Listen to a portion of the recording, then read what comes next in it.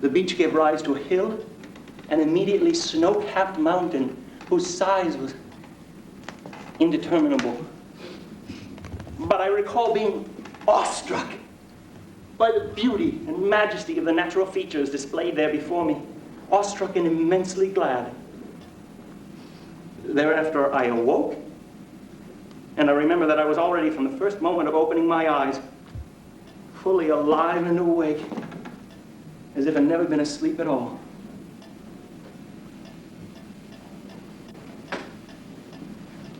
Your presence here is encouraging. As I've said before, I'm entirely thrilled that you have come and that we've had this evening to share. We have a spotted and florid pass ahead of us. And yet each step feels full, does it not? Think again of that moment you came through the door, not quite knowing what would come to pass. And we still don't.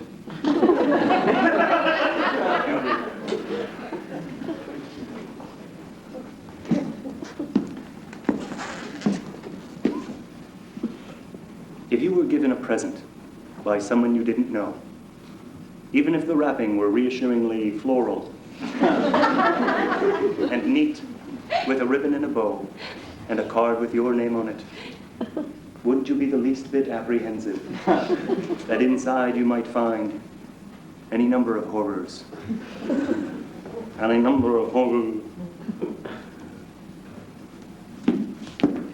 A pale and lovely place is my home, my land, the yearling that just sprung up at my feet. It gives one, and me in particular, an indescribable feeling of horror to know that your ambition is so vicious, to know that we were found naked in our rooms with grocery lists half done and a bottle of bleach half finished. Oh, ha ha.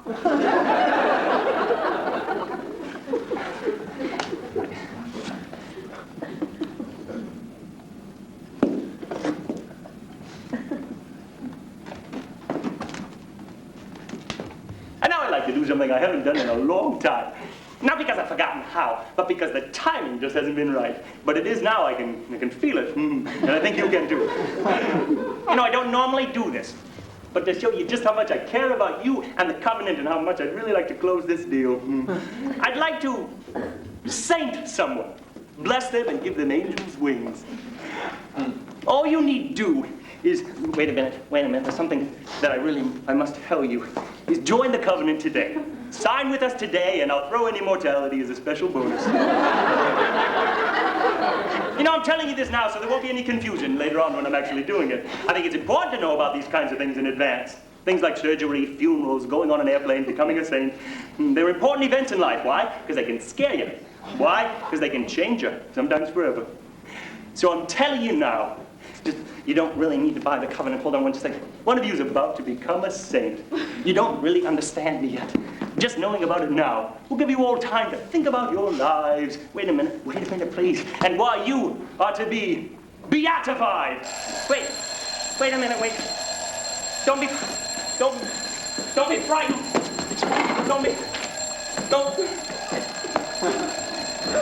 Don't be frightened, ladies. Don't be frightened, ladies. Don't be frightened. Don't anybody be frightened. Don't be frightened. Don't be frightened by the light. Oh, it's nice in here.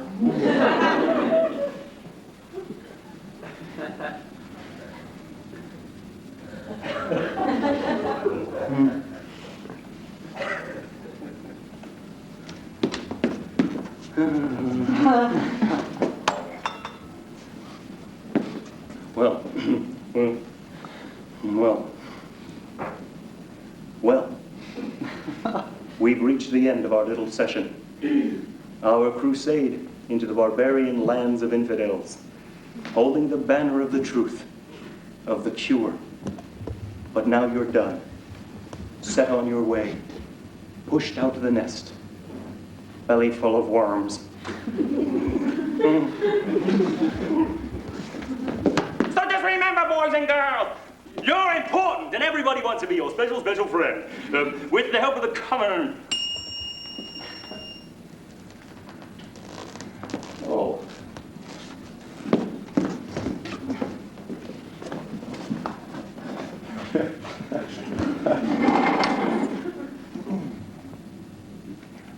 I made, the arrangement I struck, the covenant I signed, it was a tragic blunder in ways I've yet to understand. It was a blind agreement made in haste, made too early, and yet it has been made, or rather,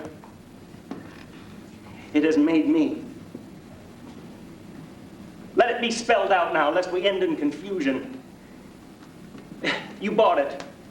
I bought it. We all bought it. When we first arrived, we bought it when our skin was all thin.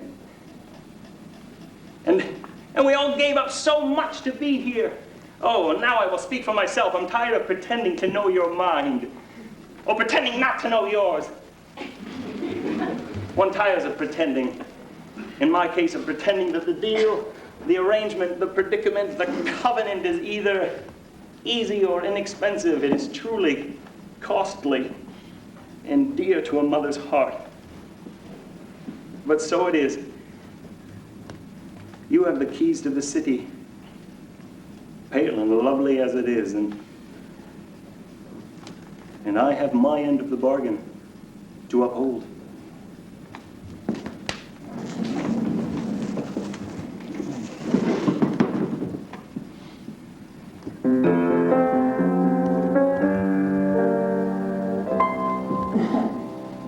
So imagine yourselves abandoned, bleeding, left for dead, and ready for anything. You've only just barely survived an encounter with someone you deeply love, and no one seems to care. You've at best 1 minute to live, and no one to share it with. Death, like moonlight, becomes you. This evening in particular. It goes with your hair. You certainly know the right things to wear.